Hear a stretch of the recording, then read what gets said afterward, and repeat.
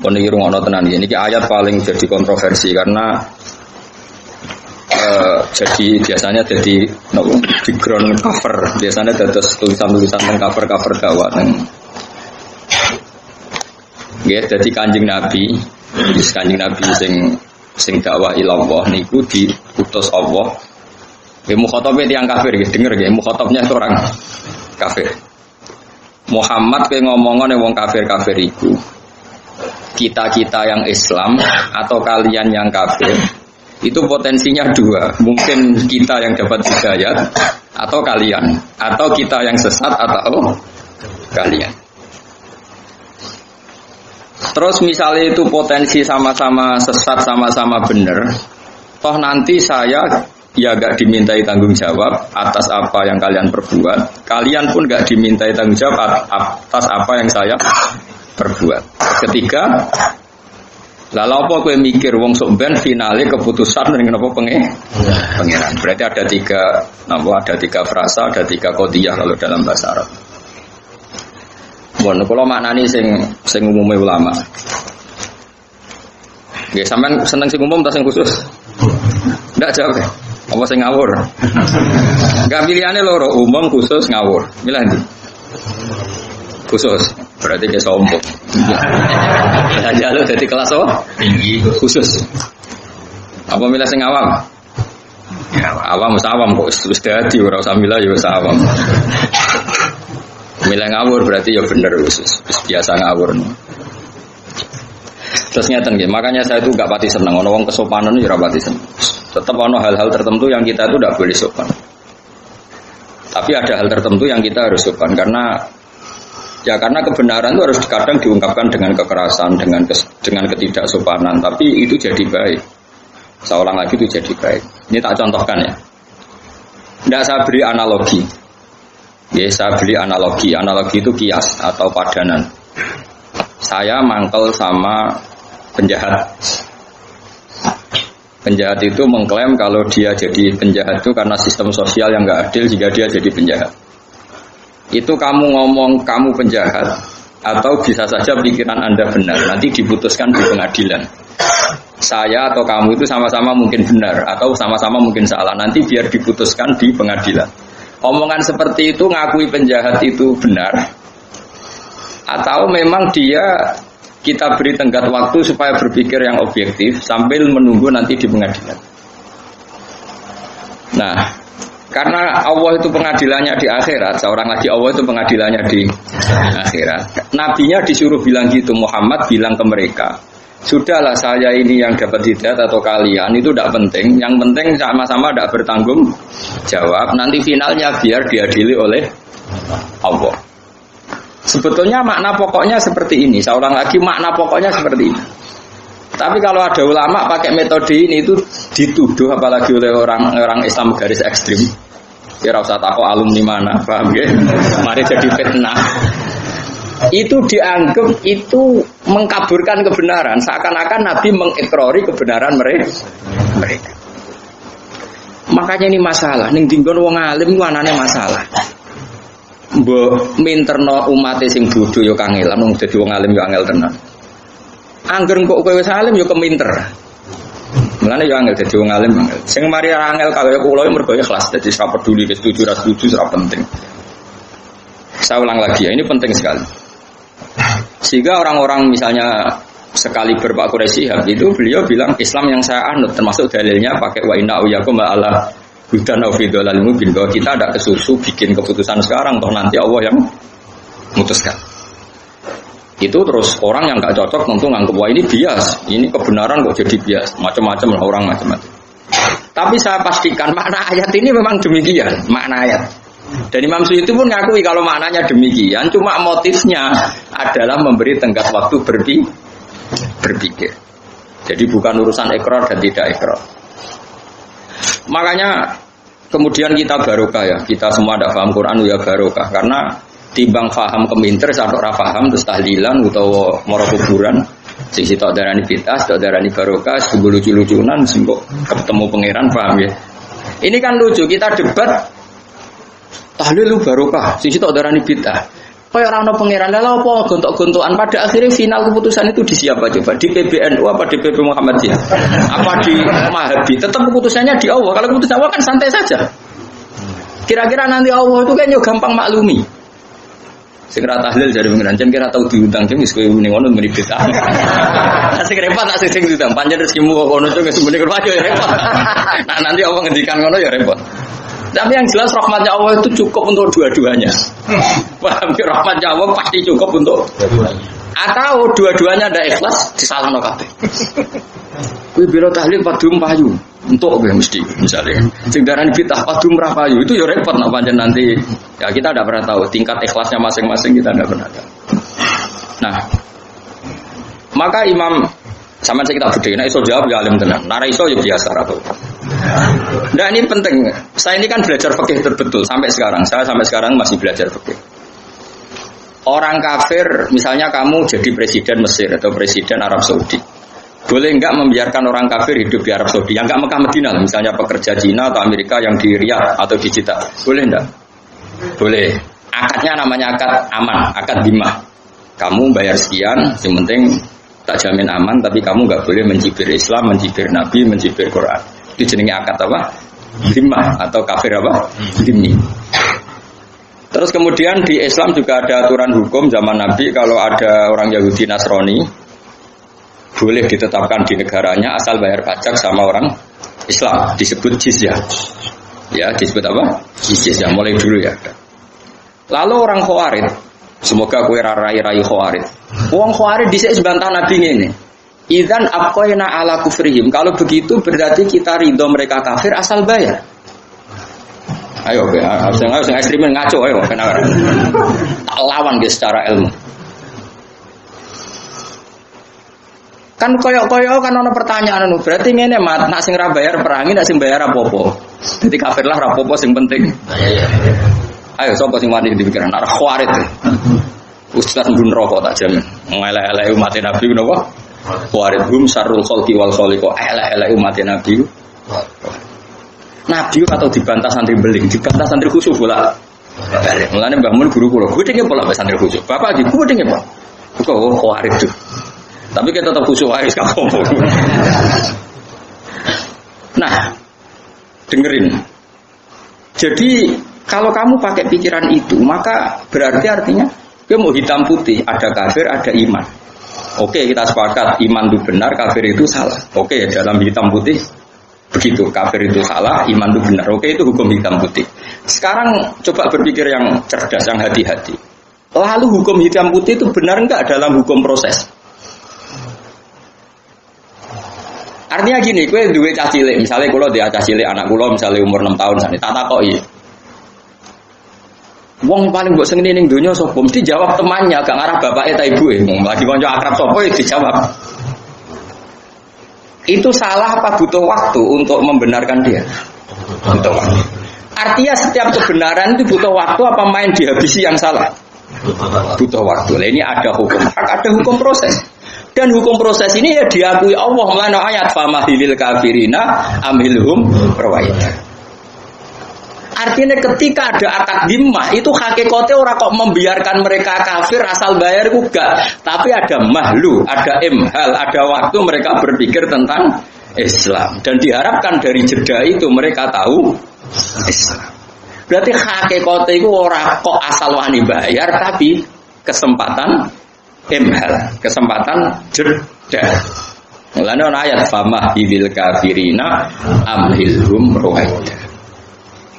Tapi saya ini masalah uang serah mau Quran, kan rai-rai Khawarij itu, gak mau Quran, keminter semangat, apa? Jadi kesalahan, oke, wong zina itu salah, wong maling itu salah. Tapi misalnya detik itu juga kamu bunuh atau detik itu juga kamu habisi, kamu juga disalahkan Allah. Di mana-mana mentobatkan orang itu butuh proses. Sampai Nabi jadi Nabi, gue ambek malaikat Jibril, mereka marahi hujah. Lah anak Nabi jadi Nabi niatnya mateni lah, apa mbek Jibril ambek Israil lebih efektif.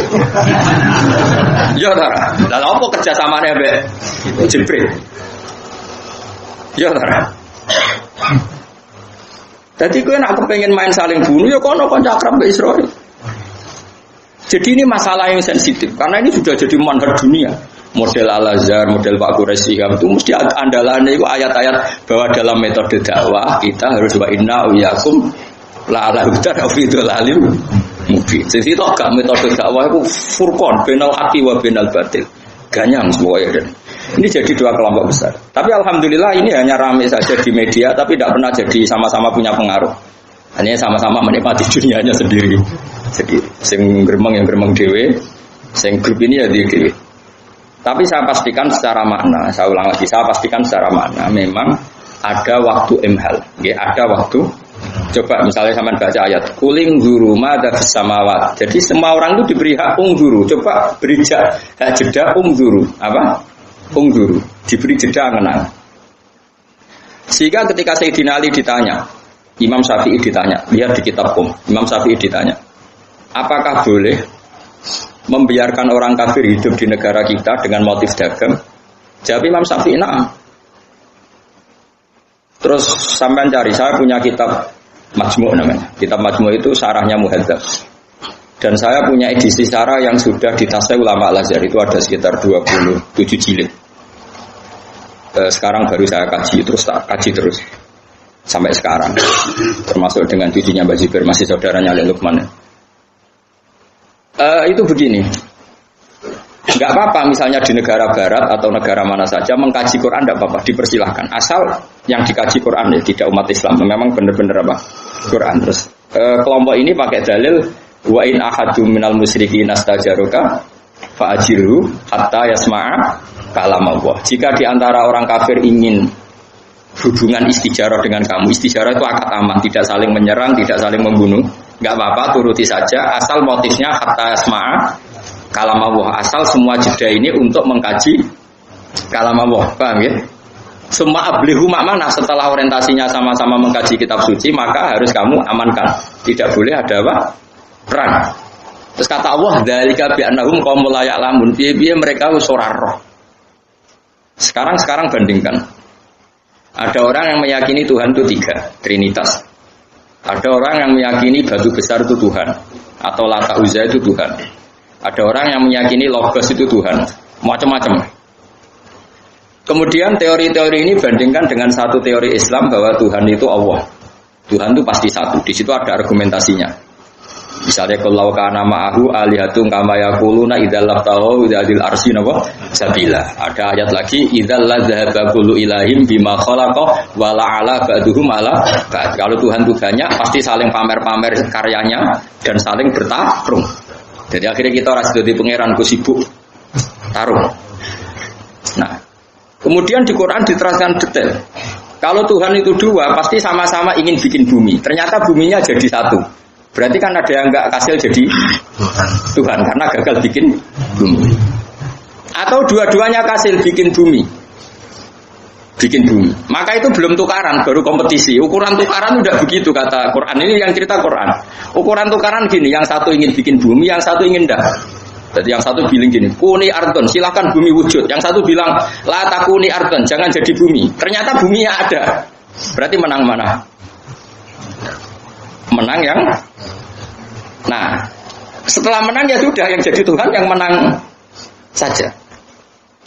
Singkat cerita misalnya Yesus dianggap Tuhan, kita tahu Yesus lahirnya di bumi, berarti yang lahir sama buminya dulu mana? Dulu buminya. Pokoknya nak ramelok gawe terus ujuk-ujuk jadi Tuhan. Makanya Fir'aun itu ketika ngaku Tuhan itu pertama masih dipercaya sama kaumnya karena dia mengatakan saya ini Tuhannya langit dan bumi. Terus kata umatnya, tapi ada Tuhannya Musa. Terus Musa dipanggil, betul kamu punya Tuhan selain saya. Ma'alim tulakum min ilahin ghairi. Setahu saya yang jadi Tuhan di bumi itu saya. Ngaku-ngaku ngalor ngidul celuk pangeran aku. Ini kata Firaun. Ya kalau gitu Tuhannya langit jari Musa. Iya. Haman diceluk. Haman aku gak ono piramida, tak delok ning dhuwur ono pangeran ta ora. Intinya Musa tidak bisa mengalahkan Firaun dalam perdebatan ini. Terus Musa ganti jurus. Gini saja, sing nuhani buyut-buyutem. Itu sekeliling Fir'aun, ajudan-ajudan Fir'aun semuanya langsung iman. Mereka berpikir, Rabbukum wa Rabbu abaikumul aman. Ya Fir'aun dibati buyut. Nak pangerane Fir'aun, nak pangerane terlambat. Bayar ada pangeran, nak pangerane lagi lahir.